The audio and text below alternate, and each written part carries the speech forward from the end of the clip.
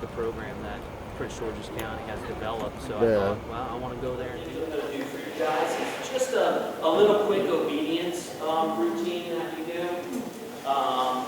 Obedience to me is pretty much your most important thing, because it goes into a whole bunch of other levels that he can play off of, but that's his main bread and butter. So I'll come across on both sides and let you see.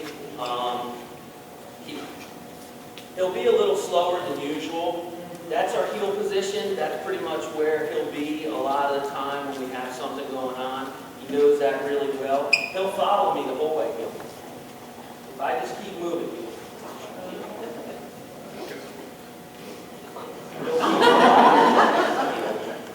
Sometimes he'll go behind, but he'll do that. When he gets in on this stuff, he's a little unsure with the footing, so he doesn't want to really dig in on the slick surface.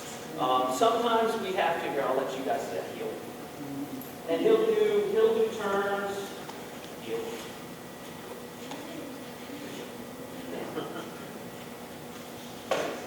Sometimes we use that little more silent. Where if it's quiet and I have to get him to me, we can do hand commands where it's totally silent. One is that I tell him to sit. Well, hear that part, and then I'll tell him to down. Just down. And then we went to the Police and Fire World Games up in New York last year, and there were some things that they did that we don't really do. And so I had to do some training with him. One was I had to call him back to my heel position without using any words. So I just did this.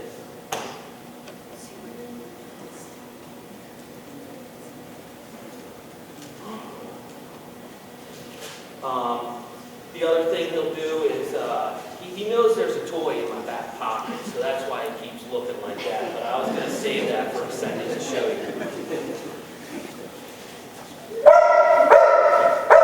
You can make him bark on command. It's kind of nice when we have some suspects. Usually if there is somebody out there, he'll know it. And sometimes he knows it before me. A lot of what these guys do is they feed off of your energy. So they know if you're having a bad day. They know if you're nervous. They know if you're going into a situation. They'll know. They can sense what your body is saying. So he'll usually get pretty excited and start barking before anything. Now this is one of his favorite toys. We do a lot of training with this. It's just a tug toy. It's jute with some foam in there, but he loves it. The one thing we do is let's say I sent him to go bite somebody. There's two ways I can do it. One would be I can call him back to me just by saying heel, like I did. You see him start shaking right there? Some guys always say, man, what's up with your dog? Is he scared? Officers will say that to me. I said, because we're getting ready to go in a building or something. That's a little bit of the Belgian Malinois in them. They get so excited, they start shaking. It's like, oh, yes, here it comes. He knows he's going to get something good, so he'll shake a little bit. But if I sent him on a suspect and I didn't want him to bite him, but I wanted him to go up because I didn't know if the guy was armed or if he was going to flee or what he was going to do. But at the last second, I thought, well, he's good. He's not going to do anything. He's given up. His hands are up right now. I can give him a command, and he will stop at that suspect and do this.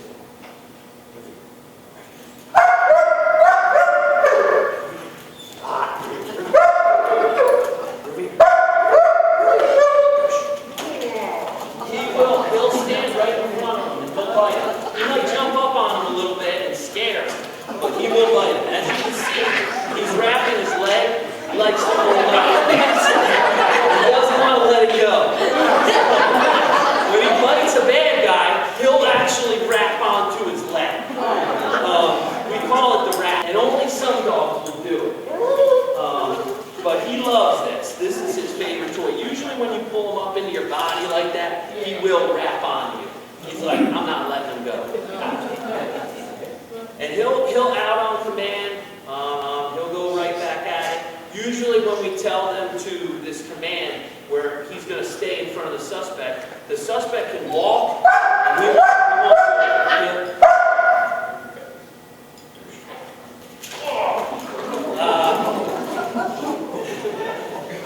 he'll do this all day. He loves it. I mean, he will not give up. He will do it all day. His tongue will be down to the floor, and he will be just all about it.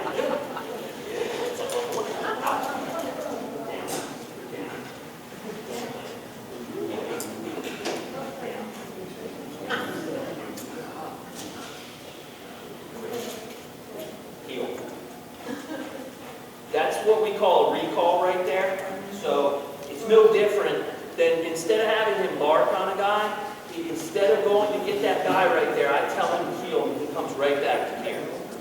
So that's our main, that's our bread and butter.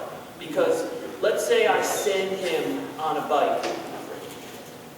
If I send him to go apprehend a bad guy, and I'm in a schoolyard or something, a park, and he's running across the park, and let's say a kid runs in front and takes off. What happens is, ouch, he'll destroy this in a minute.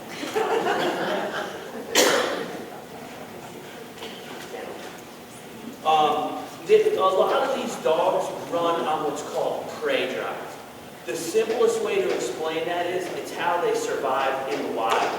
Anything that's a prey, a rabbit, something the way they get their food, it's running, it catches their eye.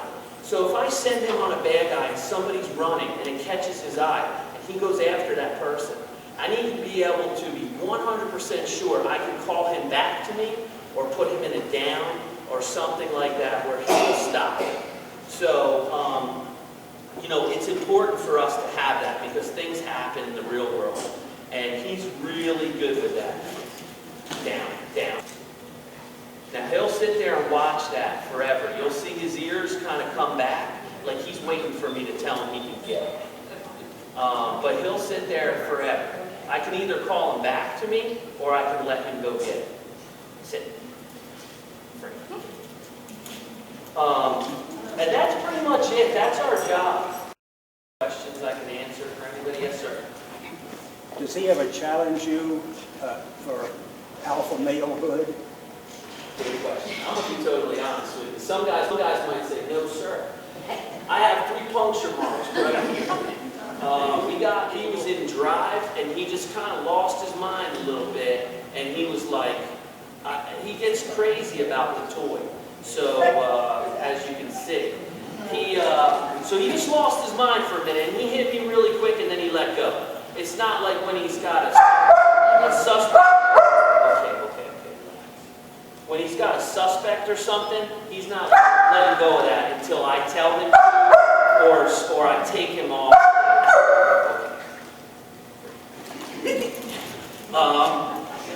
I'll keep him a little occupied. Anybody have any questions? Now you know why I said I got 2 tears in my shoulder. This is nothing compared to having a dog bite you in a bite suit and have him do this on you in a bite suit. Yes, ma'am. I was just wondering, who determines when you bring your dog? Who determines if we bring the dog and use it? We have a separate set of SOP, standard operating procedures, that the Canine unit has established. When we went through a little bit of trouble there, they really refined those operating procedures and made them very clear on when we can use a dog, when we can't use a dog. The patrol officers, they know pretty much what we can and can't use the dog for now.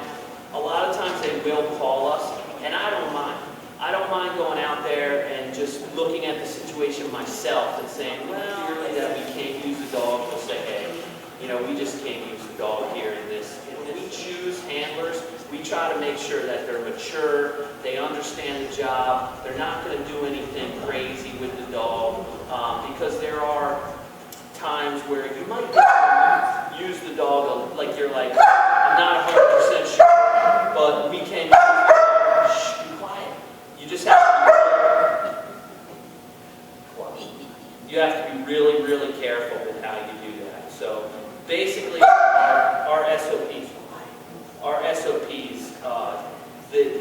they govern that really. And a lot of times the sergeants that are on the road, the supervisors, you know, they may say, hey, did you guys call the canine unit?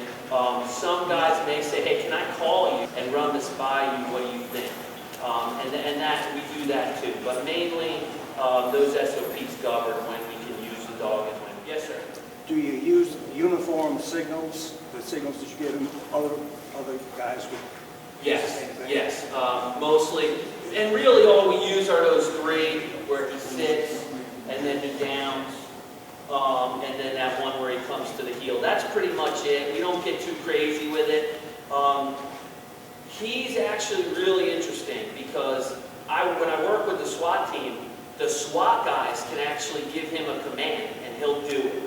A couple times he'll look at him and be like, who are you? You know? But he will eventually do it. And not a lot of our dogs are like that. They know your voice inflection, they know you, so they listen. But he'll actually do it when other people tell him to do it. You probably could do it. One guy was with me, and he just picked my dog up and started walking in the heel. He did a whole obedience routine with him. And he said, hey, if you ever get hurt, I'll take your dog because he's good. He did the whole thing with him, no problem. So he's not the norm with that. But a lot of our dogs, yeah, they use the universal command. At what point do they retire the dog? Usually a good age is about between 7 and 10, depending on the dog. Yeah, it's he's really smart, so he's lean. So I keep him pretty lean. I don't feed him a ton, so he gets a little fat and carries some weight, and that'll help him in his years. You know, as he gets older, if he stays pretty lean. But I'm hoping to work him until about 10, I'm hoping. We just retired a few dogs, and they were 9 and 10 years old. They get a little slower, you know, just like all of us. They can't do all the agility that this guy can do, but they can work upwards of 10 years. Then what happens to them? Then they retire, and the bad thing about us is they've been our partner. They've been so good to us. We take on every expense that happens with them. So that's a little tough for us, and we're trying to work something out maybe with some companies or something that can help us out with that. But then they just become a pet at home. They're your dog at home. And usually the guys that retire dogs that have a little bit still in them, they're like, when are we going to work? I want to go to work. They get confused because they've done it for so long, they want to go back.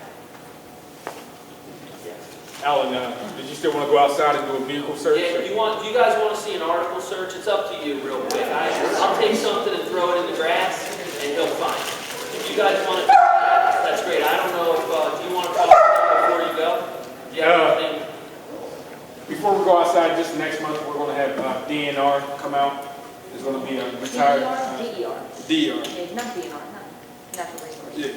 Yeah. Our former Colonel, Gary Cunningham, is going to come back and speak to us for next month. And that's going to be the first Thursday at 1 o'clock here. So, another take his dog outside, and if you guys want to follow behind him.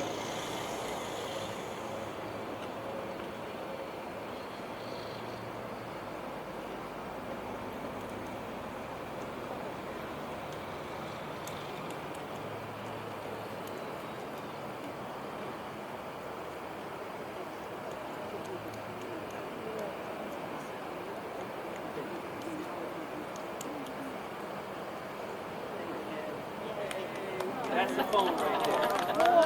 One thing that they do when they do something like this that a lot of people don't understand is, when he's looking for stuff like this or inside there, his nose is going 110 miles an hour. It's called increased sniffing. So think about us. If we would be walking, always going, it wears them out. So, you know, it makes them tired. So when he's looking for an article or tracking for somebody, yeah, we might be able to go a mile, but he's sniffing the whole time. And from there, he gets really, really tired. So, that's pretty much our demonstration.